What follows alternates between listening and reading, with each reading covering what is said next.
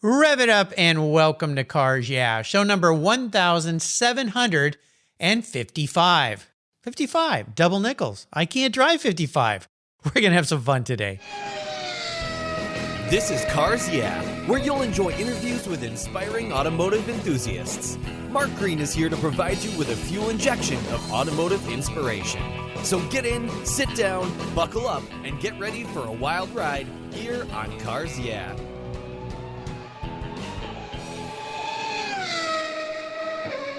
Hello, inspiring automotive enthusiasts, and welcome to Cars Yeah. Today I'm in beautiful Austin, Texas, with a very special guest by the name of Lee Klancher. Lee, welcome to Cars Yeah. Are you buckled up and ready for a fun ride? Absolutely. I put a full face helmet on just for you. Oh, good. Okay. Well, I hope you don't need that, but you never know. It is still a little bit of COVID, so we don't want to catch anything. So maybe I'll put my helmet on too, but so far so good. Unfortunately, I've stayed healthy through this craziness. Now, before I give you a proper introduction and we talk about some things that are very near and dear to my heart, which are books from Octane Press, would you share one of maybe a little thing that most people don't know about you? Absolutely. The thing, and I had to think about this one, Mark. Good. The thing that I think most people don't know is a lot of people do know I've become a serious cyclist. I put that out there quite a bit. Uh-huh. Not as many know I've got sort of addicted to marathon cross-country bike racing. What? So, yes, I'm racing bicycles off-road in races that are 100 kilometers to sometimes 100 miles. Oh, my gosh. So Wow. I love it. It's a super geeky form of racing. You have to, the race will be won 6 months before the actual race, because you have to train and plan and figure out how to eat and all these things. And that totally fits. I never would have expected it myself. Wow. So it's kind of This is impressive. I mean, you're blowing me away, dude. You are the stud. That is pretty incredible. Back when I was a kid, I used to do these long distance rides. One of them was Tecate to Ensenada. It was about 75 miles. It was a road trip. But the first time I did it, I was in junior high and it was on a Schwinn Stingray. And oh my God, that was a mistake. But I made it. I was much fitter and younger then, of course. But this is pretty fascinating. My son-in-law, Matthew, is a tremendous young man, and he does these Ironman competitions. Oh my gosh. And when he and my daughter went on their honeymoon, the last day before they came home of a 10-day honeymoon, he did an Ironman competition. And poor guy, this was not his first, but he had contracted the Montezuma's revenge because they were down in Yucatan 2 days before. So coming off of that, imagine doing an Ironman competition. The guy's an animal. I don't know how he did it, but wow, you impressed me, Lee. Well, that's why I love this question, because it shows a whole nother dimension of my guests. So very, very impressive. Well, let me give you a proper introduction. We're going to dive into what you do. Lee Klancher is the founder and publisher of Octane Press, an award-winning book publishing company that specializes in books about motorsports and machines. His career encompasses more than 30 years of publishing great stories. As an editor and publisher, he has overseen the development of some of the most respected and best-selling books in the transportation niche. Lee is a prolific author, photographer, and contributor to more than 30 books and dozens of national magazines. He and his camera have traveled the world to chronicle international combustion-powered machines and adventures. And he has made images in Bolivian Amazon, the Bolivian Amazon, Australian Outback, and all over North America, from Alaska's Dalton Highway to Baja, Mexico. He also has led teams that build massive photo studios to make images of collectible farm tractors, which is cool. I know you've done some books about those. We'll be back in just a minute to talk with Lee, but first a word from our sponsors. Give them a listen. Hold on. We're going to have some fun today. We'll be right back.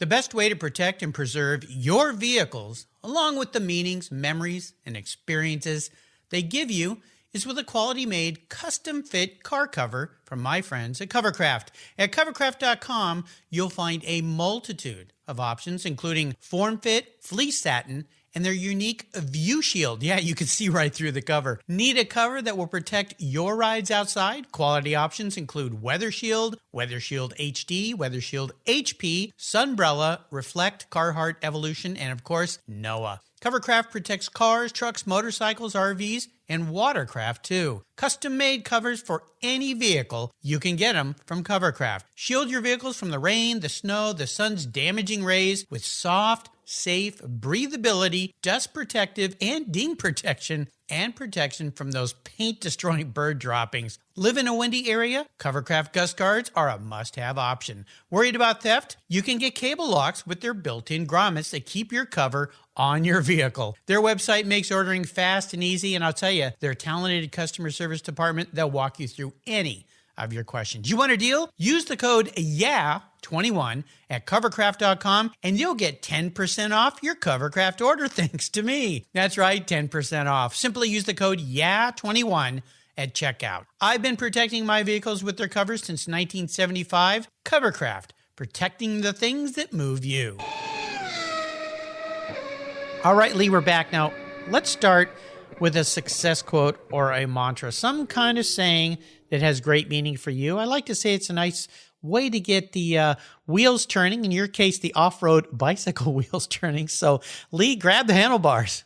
All right. Well, I'd say hard work is everything. And that, I was looking back and I think about the things that I've done in my life. And, that really was the number one thing that stands out to me. And I'd say there's a little bit of a caveat to that in that each of us, when we're looking at what we work on, and this is something that's applied to me over the years and that I didn't properly think through what I was doing before applying the hard work principle. And, you can waste time. So you have to think about your direction. But I really think that the key to success in life in so many things is to work hard and apply yourself. And I was thinking of some examples to me that really stood out. Getting myself through college, I didn't have a lot of money or a lot of assistance. My parents were right in that middle area where I didn't get a ton. So I worked full-time all the way through college. And that was, I think, the place where it started, where I started to understand that if you're going to get somewhere, you got to put time in. I went freelance in 2000. I had been a book editor for many years and decided to just be a freelance contributor and write and take photos. And do a lot of travel writing was what I was doing at that time, which I loved tremendously. I got to go a lot of great places.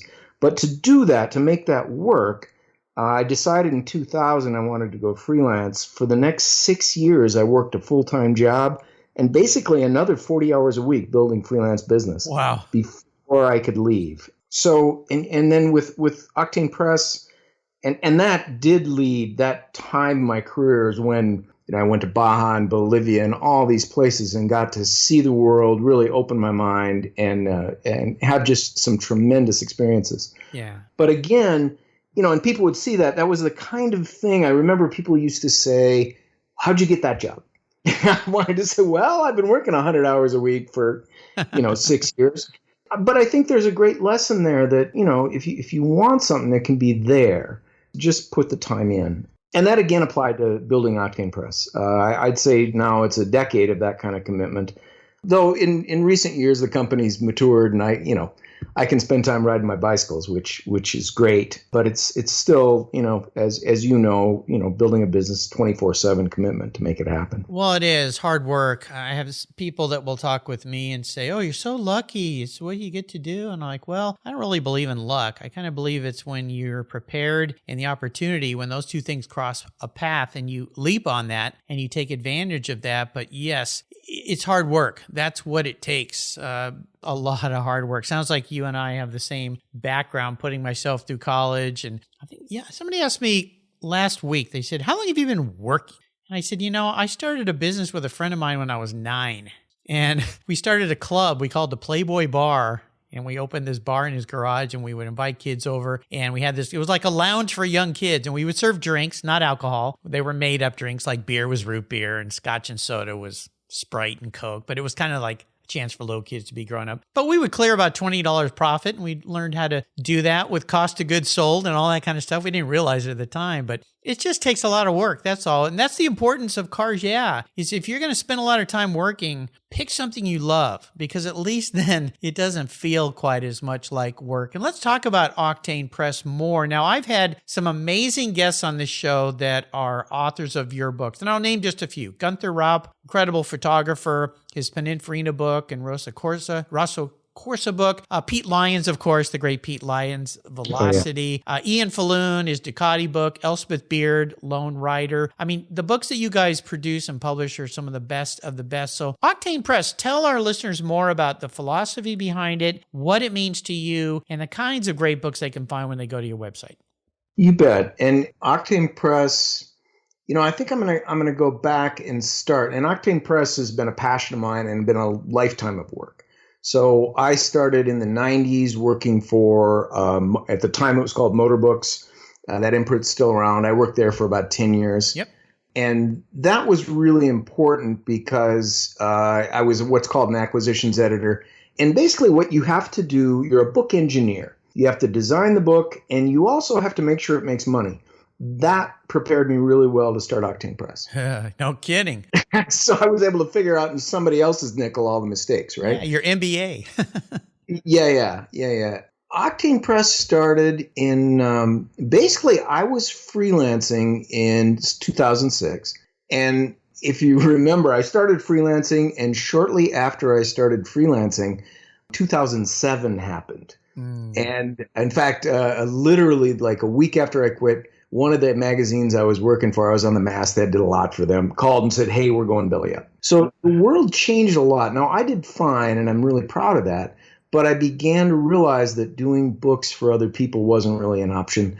And I also began to realize that things were changing, and with on-demand books, you could start a publisher from scratch. So I put $500 into a pot, published a book. I had an old book that I had rights to, started selling it, and turned those profits. We spent 4 years just working, investing back into the company. I didn't take any money, and building this company. Yeah. We had a book with called The Jaundiced Eye.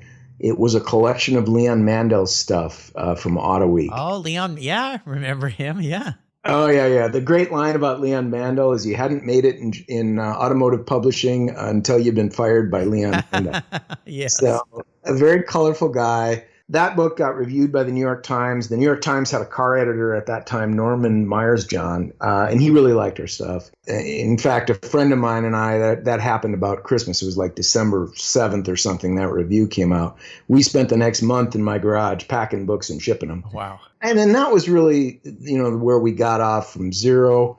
And then we did a book with in partnership with Case IH on red tractors on IH and Case IH tractors. Mm-hmm. And that was a huge hit. We sold the entire print run. We had a 7,000 copy print run. It was sold when they hit our warehouse. Wow. They hit the warehouse September 13th, and September 7th, they were gone. You're all gone. That's a nice way to do it. That's the right way to do it. Yeah. It was a bit of a problem because actually we had a big Barnes & Noble took it on the front table. And my warehouse shipped out all the books.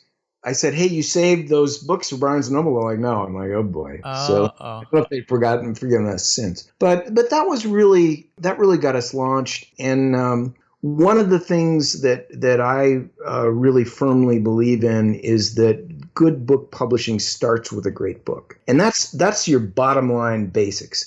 And the reason for that is anything else you have to do when you need to market the book, when you need to sell it into just about anybody. If the book's great, all of that stuff it's never easy. Sales are not an easy thing, but they're possible. Yeah. So, and we, in 2012, won our first book award. We won, I think it's 22. I honestly lose count, but it's more than 20 independent book awards since then. Congratulations. For all kinds of things. It's great. And I think we really worked hard to pick carefully, use the connections I had from motor books so that, I was able at least to start talking to some of the right people and bring in books that we really believed in and loved. Well, you do a great job. And the authors that I've had on my show, and hopefully there'll be more, those books have been fantastic and really, really enjoyable. I know my listeners enjoy it, and books are a big part of Cars Yeah here. And let me kind of transfer into the next question about challenges. Books. Well, let's go back to magazines as a start. I've had a real tough time, and a lot of them have died off. And for a long time, people were saying, well, books are dying too. People aren't reading books anymore. They can read them online. Well, if you read them online, they still have to be created. Somebody has to write them. That's for sure. My wife just is a rabid book reader.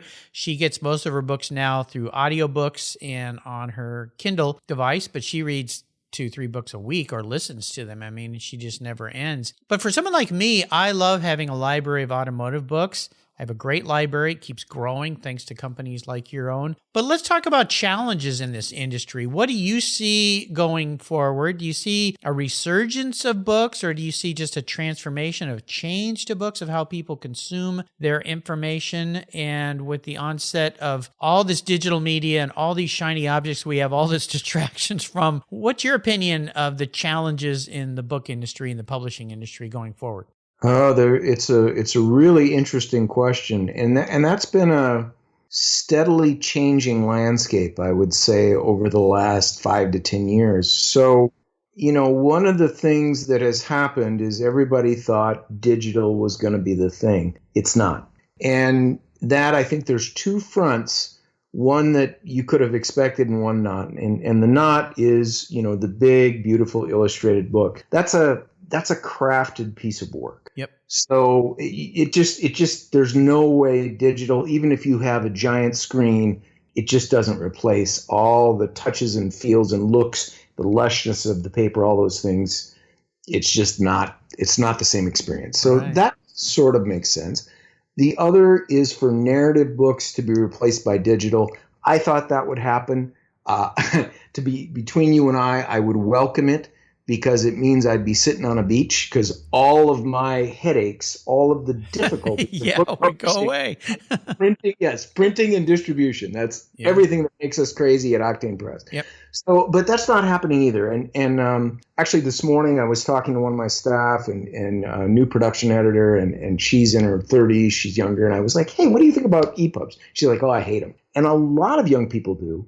And so that bodes well for the future of print. Mm-hmm. Now, that said, I think about 5 years ago, there was a big shift because you were seeing, particularly when you come to transportation books, and I think it comes down to just a few places.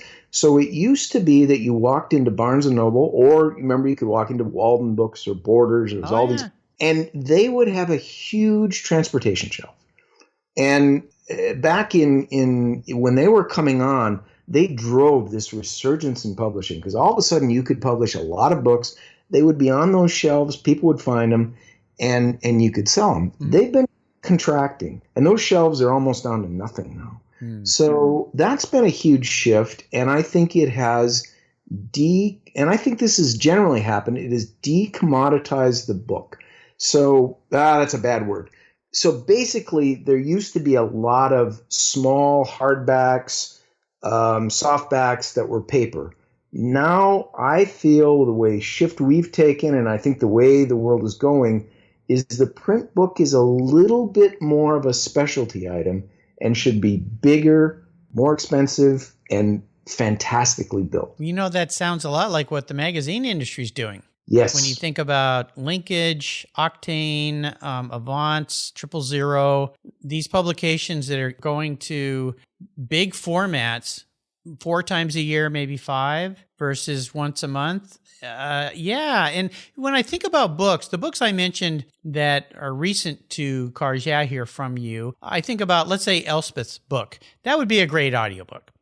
Listen to that while you're driving, because there's no visuals in there really. It's just a story, I mean, it's almost fiction. If you didn't know her, you wouldn't believe somebody did something that crazy. But when you look at books like Gunther Raup and his photography, you can't do that on a screen. You can, but it's not very enjoyable. Or even Pete Lyons and the beautiful history, velocity, and the history of Can-Am cars and race cars, or Ian's book about Ducati motorcycles. You want to see that imagery, right? Yeah. Absolutely. Absolutely. And I actually think, and it's a step I took, that deeper, and meaning the book is more well crafted, has been thought out, is bigger, and gives you more information so you can really dig in, and niche-y. Because if you go back to the Barnes & Noble shelf and the Border shelf, they had a particular kind of buyer, and in my opinion, at least half of them was your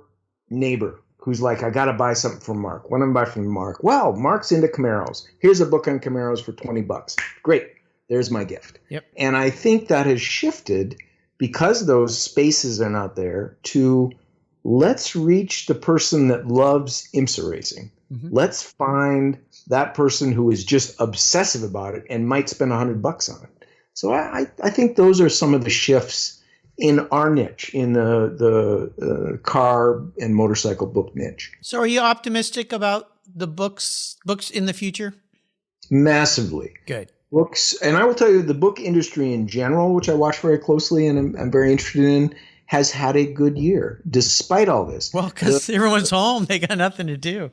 You got it. Yeah. You got it. So yeah, there's a silver lining there. Yeah, and one of the things that puzzled, well, anyway, I'm not going to go there, but yes, it's been a good year. Bookstores have had a very bad year, but the industry as a whole has done well. Reading is up, and people are still reading books. I mean, one of the big fears is everybody just going to start reading 140 characters at a time or 2 paragraphs on a web page, and that's it. And that's also proven not to be true. People still like long form narrative. They still want to obsess and get all that detail, which is good for us people that make books. Well, it's good for people that read books too, because getting information in these bite-sized bits is really, really bad. We've seen what happens when it comes to social media and stories about what's going on in the world. It is not the best way to get your information because you don't get the whole story. And it can become dangerous, in my opinion, and not good for anybody to do that. So I think that's great. I love to hear the optimism. Let's take a short break and thank our sponsors. We come back. I want to dive into your personal passion for automobiles. I know you love tractors too, so sit tight. We'll be right back. American Collectors Insurance. That's who now protects my Porsche Turbo. Yeah, the one I call my Orange Crush. When it came time to renew my policy, my carrier jacked my rates up, even though I'd been with them for years. I'd never made a claim. No tickets, nothing. What's with that? Adios. So I started shopping around and kept hearing about American Collectors Insurance from fellow automotive enthusiasts, friends, and folks in the car industry. I did some investigating and learned that American Collectors Insurance have been protecting collector vehicles since 1976. I'm not a price shopper when it comes to insurance. I want to be able to sleep at night. I also want agreed value protection for my special ride.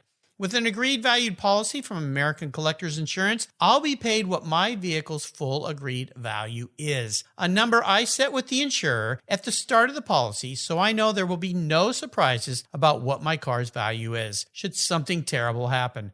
I shopped around and decided to protect my car with American Collectors Insurance. Give them a call for a quote today at 866-ACI. Yeah, that's 866-224-9324 and protect the ones you love. Make sure you tell them Mark sent you. You'll be glad you did. American Collectors Insurance. Classic car insurance designed by collectors for collectors. Did you know that Cars Yeah! Is in the top 1% of all podcasts based on listenership according to Libsyn, the premier RSS feed for podcasts in the United States? That's right. And Cars Yeah! Is the only 5-day-a-week automotive-focused podcast for you to get your message into the ears of thousands of listeners daily from all over the world. Plus, DuPont Registry recommended Cars Yeah! Is one of their top 10 car podcasts for you to enjoy. Cars Yeah! Has experienced tremendous growth, plus your ads are evergreen, meaning they never go away. And more listeners find Cars Yeah! Every day for their daily dose of automotive inspiration. Do you want to expose your brand to a highly targeted list of automotive enthusiasts in a very unique and very personal way? Well, I can help you. Contact me, Mark Green, at mark@carsyeah.com or through the website at carsyeah.com today to learn more. All right, Lee, we're back, and I'd love for you to share a story that instigated this passion. You obviously have a passion for automobiles and cars and tractors and bicycles now going across the desert and the mountain. What was that pivotal moment in your life when you knew, hey, I'm a car guy? So that I had to think back to that one, and I'm going to go motorcycles. I love it.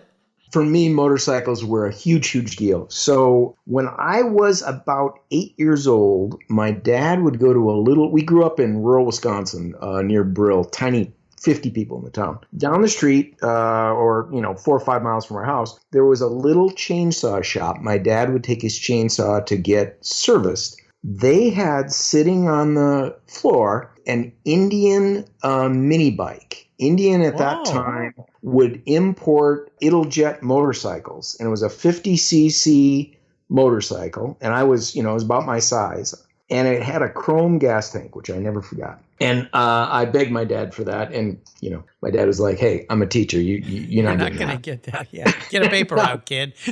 That isn't happening. But when I was 11, I had an uncle who had a CT70, and he sold it to my dad, a Honda, which is essentially a Honda mini bike.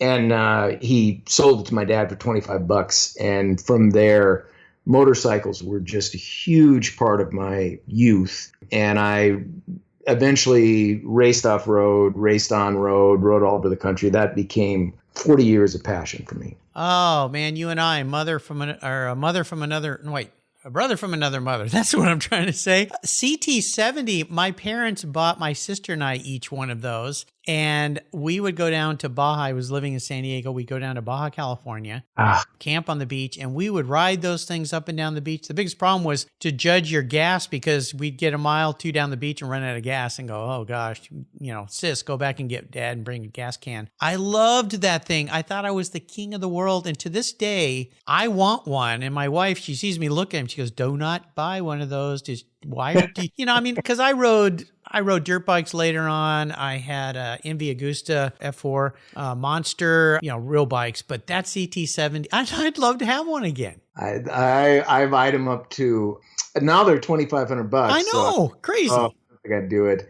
I will not forget a friend of mine. I found somebody who had 3 of them, and they were all in parts. One of them I think one of them ran, the other 2 were in boxes, and it was like $150 or $200. This is 10 years ago. And I said, God, I'm thinking about this. He's like, when are you ever going to be able to buy your childhood for $125? Oh, what a salesman.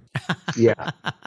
I love it. Well, we talked about that special vehicle, but I want to talk about a really special vehicle in your life, something that really stands out. Could be a first vehicle, something you've owned, or I don't know, maybe it's yet to come, but what would that be? All right. I thought about that, and the one that stands out is my FJ 600. Okay. So in when I was maybe 19, I bought a 1968 GTO and had that for a while, and loved the car hobby, but realized I could not afford at that time to make the car the way I wanted it. There was just so many parts I just couldn't afford. So I traded in, and I got a brand new FJ 600. And the thing about that motorcycle, that's a Yamaha, right? That's a Yamaha. It was a 600cc sport bike at the time. If you look at them now, honestly, they're very unremarkable. The really neat thing about them at that time is they were relatively comfortable. Sport bikes hadn't gone crazy, and it was pretty fast and super versatile. So that FJ, I took it to the drag strip. A bunch of my buddies were drag racers at that time, so I drag raced with it. I ended up road racing on it out in California at Sears Point, which was one of the great motorhead experiences of my young life. It was just phenomenal. What year was that bike? 1984. Silver. An 84 model. Okay. Yeah. And then I was 18. I was at home. It was in the summer. I was still living in the little town. And my uncle from California called and said, hey, I've got a job. And I really needed to get out of that small town. That was not a good place for me at that time. My parents would say I needed to get the hell out of the house too. and I got on that FJ and rode out to California and spent the summer working for my uncle and pretty much never went back. That was the end of my time in Wisconsin, essentially. And so that motorcycle just may not have been the most remarkable machine, but the things that it did for me and the places it took me were so remarkable. That is the one that, above anything else, really stands out. That was a pretty cool bike because they looked pretty sporty. I mean, the fairing, and if I recall, a little fairing down below the motor in front of the wheel. But I saw one of those a while ago. I'm almost certain it was, where a guy had turned it into basically a cafe racer style bike. Dropped handlebars, no fairings. The seat kind of hung out over the back tire. I got to go back and find that for you because I love those cafe racer looks. And this thing, I went, whoa, how did he turn that into that? I'm going to find that and send it to you because it was super cool. I don't know if it would be interesting to ride, but I don't know. Interesting sidebar. No, and they weren't bad ride. I mean, they did everything fine. They just, later I ended up on an FC 750, and if you remember that bike, that was the 5-valve Genesis motor, and that thing was just a beast, and that was nothing but excitement. It kind of had a lousy chassis, honestly, but it looked, that's when all of a sudden sport bikes started to look like spaceships compared to the previous motorcycles. So that to me was this just massively exciting machine. The FJ is a little boring. Now, it worked just fine. It had a great solid motor. And actually, I think it would look great as a cafe racer because the fairing was really just kind of tacked on. Yeah. So pulling that off and letting the headlights show, it might be beautiful. I'll find that and send that to you. I think you'll like it. Now, here's the introspective question for you, Lee. I'm going to put you on the psychologist couch here. If you woke up tomorrow and you were manifest as a vehicle, this isn't what you want to be. This is your personality in some kind of a vehicle. Could be a bicycle, could be a car, motorcycle, truck, whatever. What would you be? But more importantly, why? This one I really had to think about, and I'll tell you where I ended up. Was, and it's kind of two cars. It could be an Acura NSX, or I think the last generation RX-7. And the reason I say this is I think the original NSX is a pretty subdued, maybe boring looking car. It's quiet. It does a lot of things well, and it does a lot of different things. And the reason I thought about that is I'm a very mellow guy. I'm a very nice guy on the outside. If I meet you, I can roll through the day without making a lot of flash. But I'm a very intense person, and a lot of things I do with a lot of passion. So I kind of decided, all right, it had to be something that would do a lot of things, but not, no Lamborghini curves in my case. I like that. Well, in that car, the NSX is kind of becoming a bit of a cult car for the generations behind us of collectability. It was a super car of the day, but it was soft and quiet in a way, as far as how it was out there. And people kind of went, that's interesting coming from Acura, but I've driven those. Great fun cars to drive. So nicely thought through. Yeah, I have as well. I drove one on the raceway in Pennsylvania, Pocono. And nice. I loved the car. Yeah, so, great car. Yeah. And I would frame it as today. Because back then, the NSX was pretty sexy, I think, at the time. Now, if you Google it and look at it, it's like, really? That's a sports car? I don't know. Well, maybe back in the day, you and I were a little more sexy. I don't know. I have to ask our wives about that. Well, we're on the last lap here, and I'm going to ask you some quick questions, get some quick answers. So here we go. What's a habit of yours that you believe has helped contribute to your successes over the years? Intensity in everything I do. I love it. Now, if I could arrange for you to have a drink or a meal with anyone in the automotive industry, living or someone who's passed, who would it be? John Britton, inventor of the Britton motorcycle. Oh, okay. Well, there's the motorcycle theme again. Now, when it comes to automotive advice or bike advice, what's the best advice someone else ever offered to you? My grandfather, it's not exactly automotive, but it was surprising. He was a very simple guy who grew up, a farmer. He said, do what you love. They always need good people. Yeah, I love it. That's a good tagline for cars. Yeah, that is very good. I've not heard that. I love it. I'm gonna write that one down. How about when it comes to great resources? Now, there's so many for us these days, and I'm going to start it off by saying Octane Press. If you want some great automotive books, that's a place to go. But is there another go-to or a place you find yourself quite often? I live and die on the Leadville 100 message board. Okay. I was going to say Octane Press, so you kind of stole that one. Oh, I wanted to throw that out there. I hope I can think of something better for you all. Leadville 100 message board. Okay. We'll think at the end. If I can think of something better, I'll throw it out. We'll add it out. Okay, that sounds good. This is a tough one. A book. I ask all my guests to reference a great book. There's so many, and we don't want to leave anybody out, but let's just say if you were going to sit down today and pick up an Octane Press book, which one would it be? Just for today. Right off your top of your head. Today, the Octane Press book would be Racer by Jade Gers. Just because, and it's Jade Gers and John Andretti. It's an as told to, where John told his story to Jade. It is John was such a strong personality. It really comes through in the book. it's a book that's got a little more to it than just cars. It's fantastic. It's about being a great person in this world. Awesome. I love it. I'll make sure to put a link to that book and Octane Press on Lee Klancher's show notes page. His last name is Klancher. You'll find everything right there. All right, Lee, we're up to the checkered flag. I'm going to buy you something fun today. Collector car, collector bike, something interesting. Not a daily driver, something you can have some fun with. But there's a few rules, as my listeners know. You can't sell it to fund another book project. You got to drive it, ride it, and use it. But it's the only one cool vehicle in your garage to have fun with. So you need to make sure it checks all the boxes. So what is it going to be for you today? The Icon FJ43 in Mayan Sun Orange. I'll let you know where to send the check. I've been eyeing them up for years. You know, Icon, Jonathan Ward, he was my 7th guest here on Cars Yeah. He was so nice. I've known him for a long time, for decades, to take a chance with me and be a guest on my show. And the Icon, if you listeners don't know, go back. He's been on the show a few times and go back and check it out. I'll put a link to Icon. He builds some of the most incredible rebuilds of the old FJs. He also does some resto mod hot rods. He's working on a leather jacket right now. I mean, the guy is just such a creative person, but you have it dialed in, but that's going to cost me. Those things are not cheap. Oh my gosh. Yeah. They're pricey. They are expensive.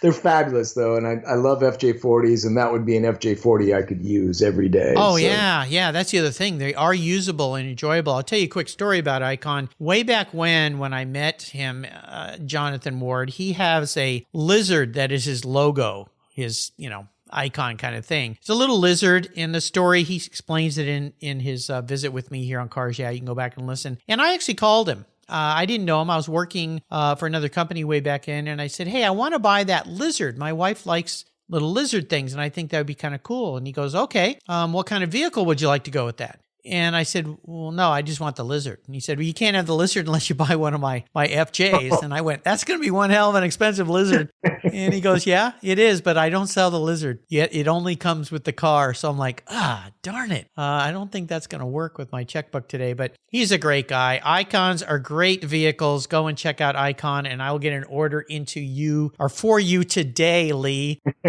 Whew, another big check I'm writing here on Cars Yeah. Lee, you've taken me on an awesome ride today. I didn't know it was going to be off-road on a bike on a 100-mile ride, but that's okay. That sounds like fun. I want you to share one little parting piece of wisdom or guidance before you drive off down the dirt road in that beautiful Icon FJ43 in Mayan Sun Orange. Live like there is no tomorrow. Indeed. Boy, are those words for times now, right?